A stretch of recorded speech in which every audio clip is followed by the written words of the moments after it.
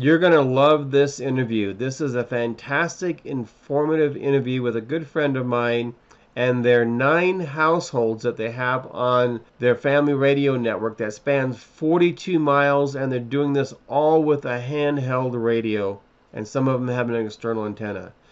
If you're looking for a video that's going to cover how you can set up an emergency communications network affordably, span a great distance, and how to make it work, and how to find out what doesn't work, this is the video for you. It only took 30 minutes to record the interview, but in order to help you visualize how they have the network set up, it took 47 layers of video and 11 hours of video editing to put this video together. I hope you enjoy all the effort that went into making this video for you and the information that you'll get from this video. This is David Gilmore, known as LDS Prepper, and I'm here with my good friend Adam, and he's got a very comprehensive and well thought out emergency family radio network that he is using and working, and tonight we're doing a radio check with family members, and he is going from where he is here up to Rigby, which is about 28 miles or so. Miles, yeah. And he's doing it with relay with family members. Correct. So he's making it work with a Wouxun KG 935 plus. Yep. And as you can see, external antenna, very, very important. So low cost, high quality. He's got a handset here, which is sweet, makes it a lot easier to work. Makes it a ton easier. And so we're going to be talking, actually using this tonight and talking to family members and finding out what their experience and reasons are and so forth. So we have a check-in here in just in a bit, and so we can go whenever you want to. Okay, yep, we'll be talking for, like, say, from Rigby through relay all the way to Blackfoot, and I'm kind of right in the middle, and so we're going to be able to get it all.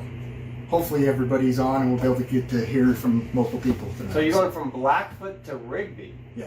Wow. Yeah, between the network and the family members. And you're about in between. Yep. Yep. Perfect. So Perfect. I can't quite reach to Rigby, and my buddy can't quite reach to Blackfoot where his parents are at, so it all works together. So. Cool. Let's do it. Okay, perfect. All right, everybody. It is 6 o'clock. We're going to be doing a radio test on the HDH radio network. The way this is going to roll out tonight, we're going to do this in 2 zones, where we're going to get the north side first, going up to Rigby. That'll be done through Jared covering for Gary tonight, and then we'll end up coming back and we'll go through and get the ones down south. What I'm looking for again tonight is going to be where you're at, if you have anything to add, anything to report, and how you're copying the radio. So let's go ahead and start with Jared. Will you check in with Jocelyn and Rigby, and then let me know how she reports? Sounds good. I can do that. Oh, that was really clear. Jocelyn, do you copy? So this is where you don't hear. I don't hear this part. Jocelyn is at home. She has nothing to report. I am at home, and I have nothing to report either. Copy that, Jared. Thank you. You came in good and clear as well. All right, now the way the rest of this is going to line out is I'll ask for individuals to report, and as I get your name, go ahead and report. And then if I miss you, we'll have a time at the end. You'll be able to jump in, but hopefully I won't be able to forget anybody on this whole deal. So, Jeff or Barb, can you report in on the radio net? Jeff or Barb, do you have a copy?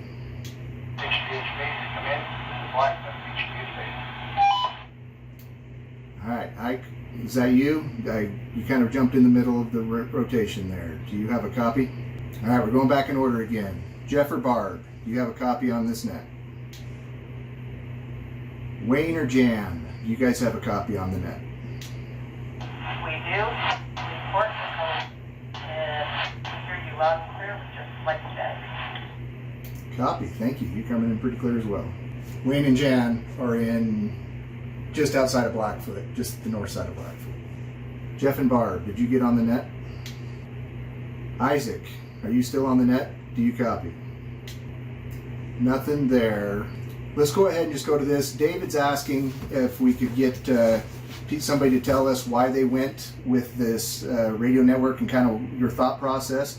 So Jan, since you copied up and we had you, do you want to give us an idea of why, or what drew you to this, or why do you think we need this, and how you think it's working. We did this because some things in an emergency happen and we were not able to use cell phones. We wanted to be able to communicate and make sure everything was okay and what was going on with the family in different areas of the valley. Copy. I like it. That's why it said it exactly how I would have. So, how did she get things set up? Antenna, and wiring, and radio. So they're still running on a handheld at this point. With no external. With no antenna? external antenna. Wow, that's even more aggressive. I can Blackfoot. Come in. Ike and Blackfoot. This is HDH based. How are you copying me? He's on just a handheld antenna as well because he's in a rental and you can't put an external on. Sometimes because of the weather, it doesn't come in as well, and we are dealing with a. We're in blizzard warning. We're actually in blizzard right now. Forget the warning. Yeah. So he might not be coming in super clear because of that, and it's the line of sight and all that, obviously, because we're running on simplex channels. Okay. So have Gabe do a check. He should be Who? out. Gabe. Gabe, this is David. Do you copy over?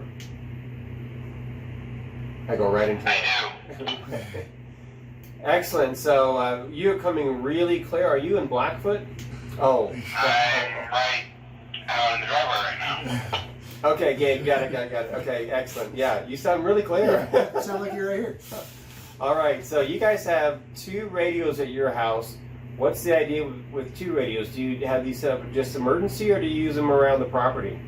I had thought of just kind of like for emergencies or just when I'm out, just stuff like that. Okay, yeah, very good. He goes out exploring all the time, so it's good to have a little bit extra contact with him. So your dad says you like to go exploring, and do you take the radios when you do that? I try to grab the radio and just in case if I need it. That's the exact same thing we did with our kids. Yeah. Exact same thing. We were high up, so and they got lost. I remember they got lost, so I got out on the balcony and I was able to talk them in, kind of triangulate where they were, and talk them back home. Really? Yeah. So that's smart to do. Yeah. These don't just have to be for emergency. You can use them for anything. Yeah. Okay. All right, one more check for Jeff or Barb. Do we have Jeff or Barb on the net? Ike, this is Adam. You copy? I copy. Did you move location from where you were at the first time? Yes, the first time I was in the kitchen and I moved outside. Yeah, with your handheld without having the external antenna where you can't put that on the house, we'll have to make sure we do that radio check from the outside because you're not getting through the house. I can hear you every once in a while, but you are not, I don't think you're picking me up at all. Yeah, I wasn't picking up anything. I would see that something was coming through, but I couldn't hear anything. So he's on the other side of Blackfoot. Oh, no way. Yeah. Wow. So without. That was Isaac. I can hear him. It's got static, but I can hear him. She's clear. Copy that. You're sounding good still as well. And I was able to hear Isaac this time too when he came out, when he got outside. It was in the house. I think I was having trouble hearing him. So your dad can't hear you? Yeah, for whatever reason, I don't know why my dad can't hear me. Because typically, him and Gary come in the strongest because they got the same antenna I do. So, but you can hear. We heard your dad. We heard Dad came across the radio fine. So. And does he have an external antenna? Yep, he's got the same one. For me, You are at home, right? And coming through clear? We're good at this time. So call your dad again. over here. Have him call the radio and mute your phone when he talks on the radio, so we don't get feedback. Okay. And maybe have him do like a 5 count or something, and we'll do the same. Station T and the repeater there, you got carrier, but no audio. WKGV 2 Hey, are you on channel 17 or are you on channel 23? Because I can hear you coming across, but we're having somebody talk about a repeater. And I'm wondering if you're hitting a repeater. I'll turn that dial up one. Yeah, and then go back to 17. You're on family 7. Go down to sorry, you need to go down to actual channel 17 because Jan and Wayne don't have it on the family channel programmed in the radio. Press the 017. That's why he couldn't hear us. He is on the repeater and we're not. Yeah, we don't. You're on 17? Jeff, do you have a copy on the radio? Did that come across? Go to channel 017. This is why we check this stuff and test it. This is exactly why we do this. Yep. I'm on 017. What do you got? There he goes. I got a great copy. You're sounding really good now. Just curious, what I was asking from everybody else is we're looking to see your location, how I'm coming across on the radio, and if you have anything further to report, which is a typical radio check-in. Have I been to his house? This is where you put the one. Yep, I'm at south side of Idaho Falls, and we're doing good. Copy that. That sounds really good. Jan, by chance, can you copy Jeff? I cannot hear it, no. Copy that. I was wondering if you were going to be able to reach it because where he's up in town there. Have you guys tried being on the repeater? Yeah. So I can talk to my daughter in Rigby if I'm talking across the BYU repeater. Okay. And what about the Relay Ridge repeater? That one isn't near as reliable Okay. as the BYU repeater. Okay. Jeff, this is David, the guy that was up on your roof putting up the antenna. How you doing? I'm doing well. How are you? Doing great. I'm over here with Adam doing a video for my YouTube channel, helping other families understand how they can set up a family net, and wanted to get your feedback. See, I set up that antenna, what was it, 6 or 7, 8 months ago at your place? Yes, before on season. Just before you went on your trip. Was that to South Africa or the UK? UK. Oh, the UK. The Okay. UK. Okay, yep, great. So, have you guys been playing around with this a bit and kind of getting the skills and the routine down? Sounds like somebody's crowding in here. No, we haven't had a lot of chances to play. Just doing radio checks and getting everybody else's radio set up so we can visit with them. Well, the difference between your clarity and your strength coming in, your power coming in between the others that don't have the external antenna is night and day.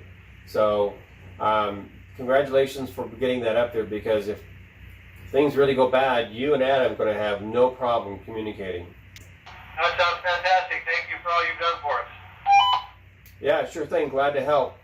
Just trying to pay this forward by helping others figure out what they're doing. So you've had this up for a few months, used it a couple times. What are your thoughts so far? Well, it brings us a little bit of comfort knowing that we might be able to communicate if cell phones go down, and it's just kind of been fun to be part of it, and to know that we'll be able to contact the ones we love. Outstanding. Thanks a lot. Appreciate you. Okay, good. Excellent. Talk to anybody else? You good? I'm good, yeah. That's impressive. Appreciate you too. Thanks for all your help. All right, guys. So that's going to complete the radio check for the HDH net tonight. Appreciate everybody's willingness to get on and talk and be part of this. Jared, if you'll pass it on to Jocelyn that we're done and she can shut off her radio. I will be on the net, monitoring the net for another 15 minutes or so. So if we've missed anybody or anybody else needs to jump on and report in that didn't get in on the first time, I'll be here. But other than that, I am going to be out. Cool. So do you ever use your call sign? I do when I'm playing around on the repeaters and stuff. Yeah. But if it's just our family network, if the net's clear and there's not a bunch of other people on it, I typically don't. Yeah, I totally agree. Yeah. Yeah. So, and if you jump on a repeater, Got a often... question for you, Adam. Go ahead, Jared. What do you got? Where was Gabe when you checked in and was talking with Gabe? He was here at our house, just out in his truck. Could you hear him? I could make him out, but he was a little bit sketchy. Copy that. That's awesome. Thank you. No problem. Figured I'd let you know. Yeah, so in an emergency, I don't want to be on the edge of making a solid communication. Yeah. No, I like having all the bars if I can get Yeah. it. And that's what The radio itself, in my opinion, is an amazing piece of equipment. It's like I said, your testing and everything you did helped us out a bunch because we were able to cut through all the BS and just go to the one. But the radio by itself does really well, as we can see where we're talking distance. Yeah. But the roof antenna is a huge difference. Now, I remember putting that antenna up. We had quite a hassle with the cable. Yeah, because we were using a borrowed cable at first, and not to sell anything short, but it proved to me that less expensive equipment when it comes to this stuff makes a difference. If you're gonna buy it, it's what in my opinion, everybody says buy once, cry once. Mm-hmm. In this equipment, makes a huge difference. I mean, yeah, the Coax I went with was, I mean, it was $100 to buy it, but that's the connection to my antenna, which gets me out and makes all the difference. That's the connection to your family. Correct. Exactly. Yeah. Exactly. Yeah. And like I said in my video the other day about the radios that my wife and I use, Mm-hmm. if we're using the radios, things are bad. Correct. I don't want to be questioning whether it's going to work or not. Yeah. Did I save that $25 and now I can't hear my loved ones? Right. Or I can't help them? They can't help me? Correct. Yeah. So, yeah, it is, this stuff costs money, but, family's worth it. Well, and I think, Dad, I think hit it nail right on the head with, I mean, just the peace of mind. Yeah. And like I say, to stay in touch with the loved ones, family, and all that. And like I was saying too, I mean, this isn't just my family. This is me and my best friend growing up, and his parents are just like my parents, and my parents are just like his parents. Yeah. And so it is one big family, I guess, at that point. Yeah. And so because we were all watching out for each other. So it's interesting. You're experiencing the same thing I'm experiencing on our ward level, where the more we use it, the more we get familiar with it, and you have to use it so much that you realize, oh, I'm on the repeater, I'm not on this channel. Yes. But if you don't use it, you kind of, it's a perishable skill, or you just don't even recognize it. And if we can communicate on cell phone, It's true. we wouldn't have been able to talk to your dad. Correct, because we had to get him lined back out on the right channel. Right. Yeah. So these exercises are really important. It comes back down to, I mean, you got to practice this stuff when it's not an emergency. Exactly. I mean, if you can't just throw money at stuff and then expect it all to work out. You've got to, I mean, yes, it costs money, but the skills and knowledge that goes along with it is as important, if not more important, than the actual equipment itself. Yep. I get really concerned and frustrated with people who spend thousands of dollars on prepping equipment and it's still in the box. Right. It's the same thing. I was just having a talk with my youngest son about that same thing. I mean, not to get away from the radios, but we were talking about tourniquets. And a tourniquet in the package does no good. You don't know how to use it. It's not readily accessible. It's not staged. It's not ready to go. Any of that stuff. And this radio equipment's the same way. Just any prepping equipment's the same way. Yeah.